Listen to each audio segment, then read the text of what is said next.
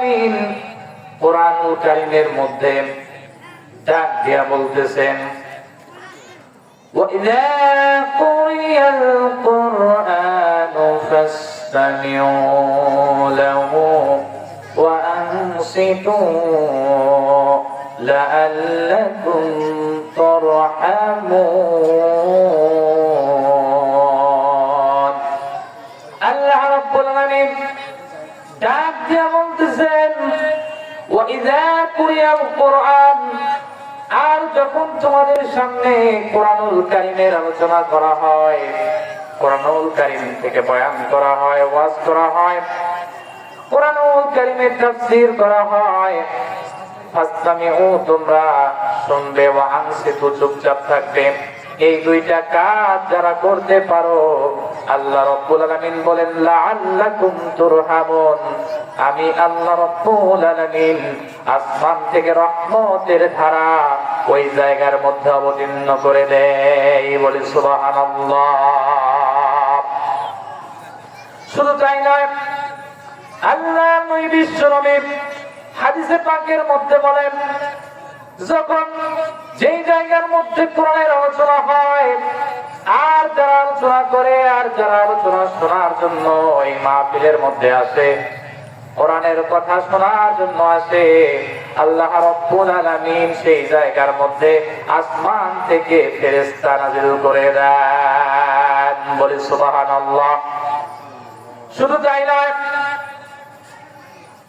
আমরা যেমন জমিনের মধ্যে থাকলে, আসমানের দিকে তাকালে তারকারাজিদেরকে যেমন আমরা দেখতে পারি টিপ টিপ টিপ টিপ করে চলতে থাকে, তেমনি ভাবে আসমানবাসী যারা আছে, ফেরেশতারা আল্লাহকে বলে, রব্বুল আলামিন, আমরা যখন দুনিয়ার জমিনে চলে যাই, গিয়ে যখন আসমানের দিকে দেখি, আসমানের দিকে রাত্রিবেলা তাকালে এই জায়গাটা তারকার ঝলমল আলোক করতে থাকে, কিন্তু আমরা যখন আসমানে উঠে চলে আসি, জমিনের কিছু কিছু জায়গা এরকম তারকারাজির মতো ঝলকাতে থাকে। আর রব্বুল আলামিন, আমরা বুঝতে পারি না কি কারণে এই জায়গাগুলো আলো চমকাতে থাকে, ঝলকাতে থাকে।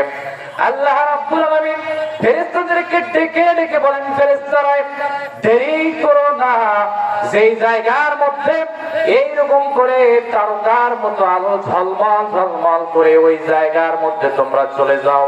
ফেরেশতার দেরি করে না, সাথে সাথে চলে আসে, এসে দেখে যেই জায়গার মধ্যে ঝমকালো, যেই জায়গার মধ্যে আলো টিপ টিপ টিপ টিপ করে জ্বলতে থাকে, এই জায়গাটা সাধারণ কোন জায়গা নয়।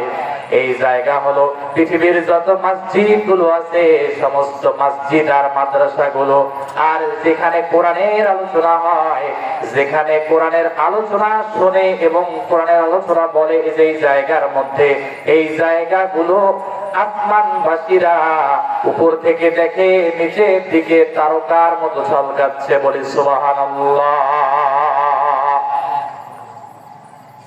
কিন্তু আমরা কপাল পোড়া মুসলমান, যেখানে কোরআনের আলোচনা হয় সেখানে আমরা আসি না, যেখানে গান বাজনা হয়, যেখানে ঢোল বাদ্য বাজে, এই জায়গার মধ্যে আমরা গিয়ে ভিড় জমাই।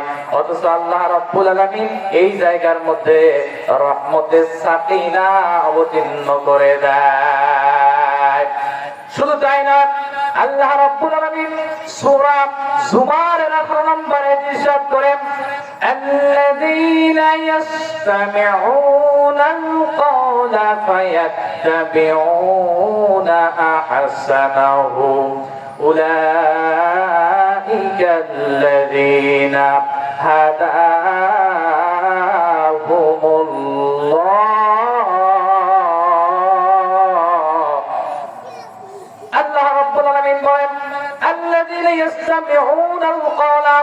যারা আমার এই কোরআনের কথা শুনে, অর্থাৎ আল্লাহ রাব্বুল আলামিনের কথা শুনে, ফায়াত্তাবিউন, এবং মেনে চলার সিদ্ধান্ত নেয়, উলাইকাল্লাযীনা হাদাহুমুল্লাহ।